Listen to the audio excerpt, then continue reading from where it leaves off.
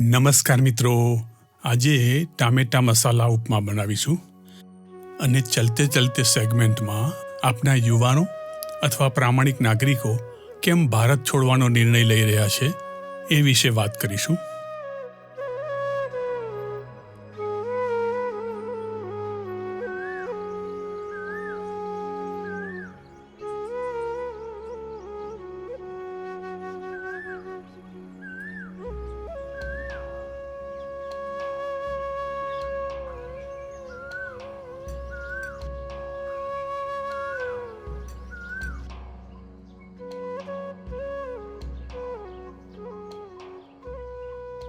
આજે આપણે બેંગ્લોરી સ્ટાઇલની ટોમેટો મસાલા ઉપમા બનાવીશું.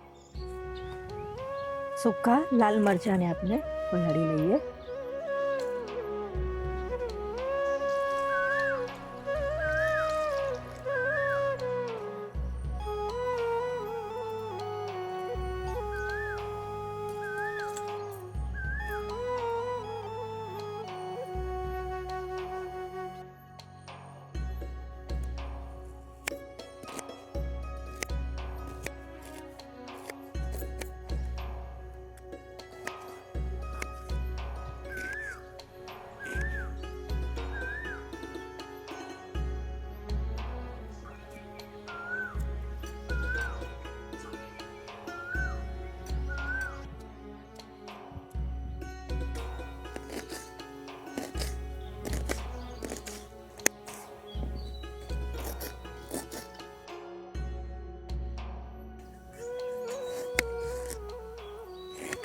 ટામેટાને આપણે થોડા મોટા મોટા કાપવાના છે.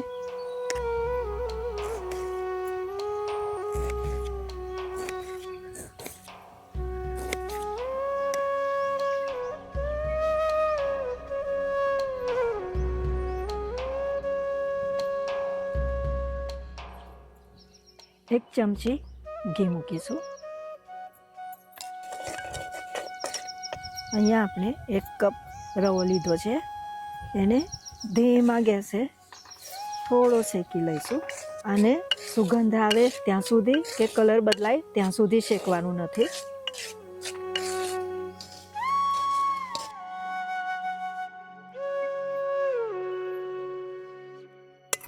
બે નંગ ટામેટાની પ્યુરી બનાવી લઈએ. સાથે આપણે પલાળેલા લાલ મરચાં પણ ઉમેરી દઈએ.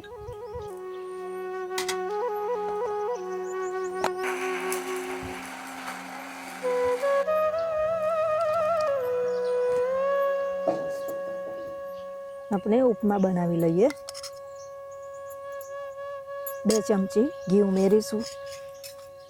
મિત્રો, તમે અહીંયા ઘીના બદલે તેલનો પણ ઉપયોગ કરી શકો છો. 1 ચમચી રાઈ ઉમેરીએ.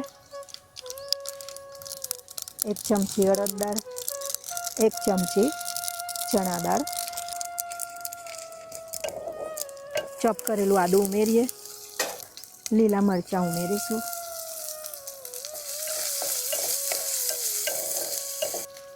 મીઠી લીમડી ઉમેરીશું.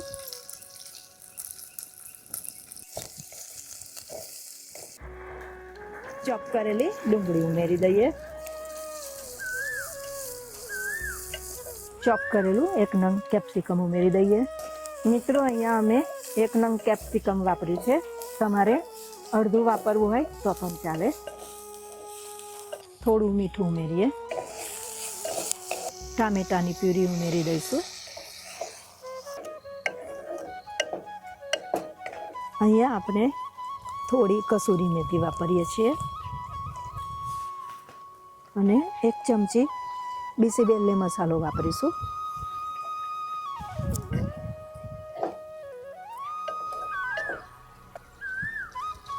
મિત્રો, અહીંયા આપણે 4 કપ લિક્વિડ લેવાનું છે.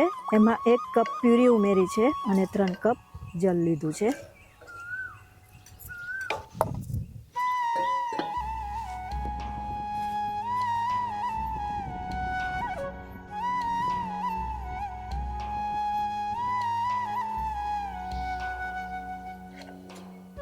જલ ઉકળી ગયું છે. હવે આપણે એમાં શેકેલો રવો થોડો થોડો ઉમેરતા જઈશું અને હલાવતા જઈશું, જેથી ગઠ્ઠા ના થઈ જાય.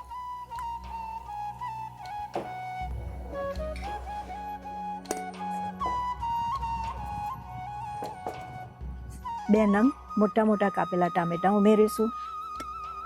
સાથે 1 ચમચી જેટલું મીઠું ઉમેરીએ.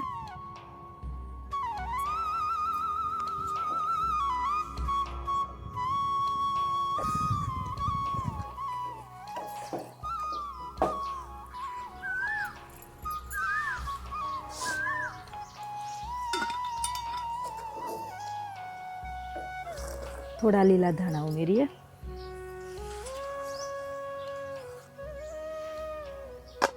મિત્રો, છેલ્લે આપણે અહીંયા થોડું ઘી મૂકીશું. અહીંયા આપણે સિંગદાણા ઉમેરીએ. સિંગદાણા તમે વઘારમાં પણ ઉમેરી શકો છો. અહીંયા અમારે ઉપર ગાર્નિશિંગ કરવા માટે વાપરવું છે, માટે અમે છેલ્લા શેકીએ છીએ. અહીંયા આપણે કાજુ પણ ઉમેરી દઈએ.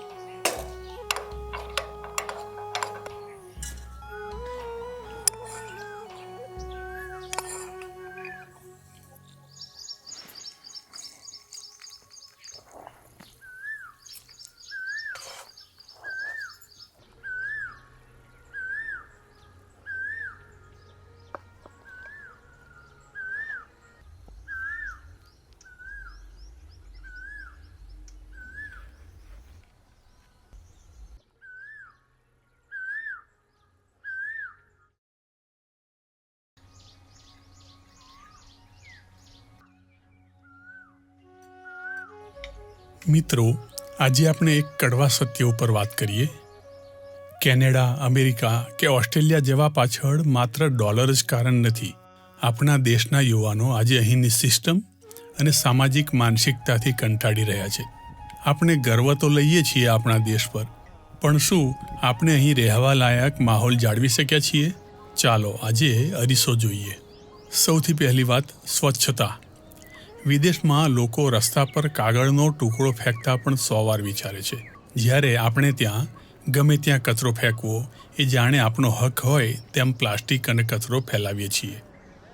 આપણે ત્યાં સરકાર નિયમો તો બનાવે છે, પણ તેનો અમલ કરાવવામાં નિષ્ફળ જાય છે. મોડી રાત સુધી વાગતા ડીજેનો ઘોંઘાટ, કે છાસવારે અડધી રાતે દારૂખાનું ફોડવું, કે પછી ટ્રાફિકોના નિયમોનું ઉલ્લંઘન કરવું, અહીં કોઈને બીજાની શાંતિની પડી જ નથી. આ ચાલશેવાળી માનસિકતા યુવાનોને દેશ છોડવા મજબૂર કરે છે. બીજો મોટો પ્રશ્ન છે ભ્રષ્ટાચાર. સામાન્ય માણસ જ્યારે પોલીસ સ્ટેશન જાય છે કે સરકારી કચેરીએ જાય છે, ત્યારે તેને ન્યાયને બદલે સેવા, લાંચ માગતા અધિકારીઓ મળે છે. ટ્રાફિક પોલીસ હોય કે મોટા રાજકારણીઓ, ભ્રષ્ટાચારના મૂળ એટલા ઊંડા છે કે પ્રામાણિક માણસ ગૂંગળામણ અનુભવે છે. જ્યારે વિદેશમાં સિસ્ટમ પારદર્શક છે, ત્યાં સામાન્ય માણસને પણ નેતા કે પોલીસ જેટલો જ આદર મળે છે. આ સમાનતાની શોધમાં યુવાનો વતન છોડે છે. બીજી બાજુ, વ્યસનનો રાક્ષસ. આજે ગલીએ ગલીએ દેશી દારૂ અને ડ્રગ્સનું નેટવર્ક ફેલાઈ રહ્યું છે. દેશી દારૂ બનાવતા લોકોને શોધવા એ કાંઈ મારું ને તમારું કામ નથી. તેમ છતાં આપણને ખબર છે કોણ બનાવે છે અને ક્યાં બનાવે છે. જ્યારે પોલીસનું તો એ શોધવાનું કામ જ છે, તેમ છતાં પણ આટલા બધા દારૂના અડ્ડા કેમ ચાલે છે?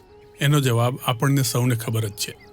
દેશી દારૂ અને ડ્રગ્સનું નેટવર્ક એટલું ફેલાઈ રહ્યું છે કે આપણો યુવાન જ્યારે ભવિષ્યના સપના જોવાને બદલે નશાની લતે ચડે છે, ત્યારે જાગૃત વાલીઓ અને જાગૃત યુવાનોને લાગે છે કે અહીં આપણું ભવિષ્ય સુરક્ષિત નથી.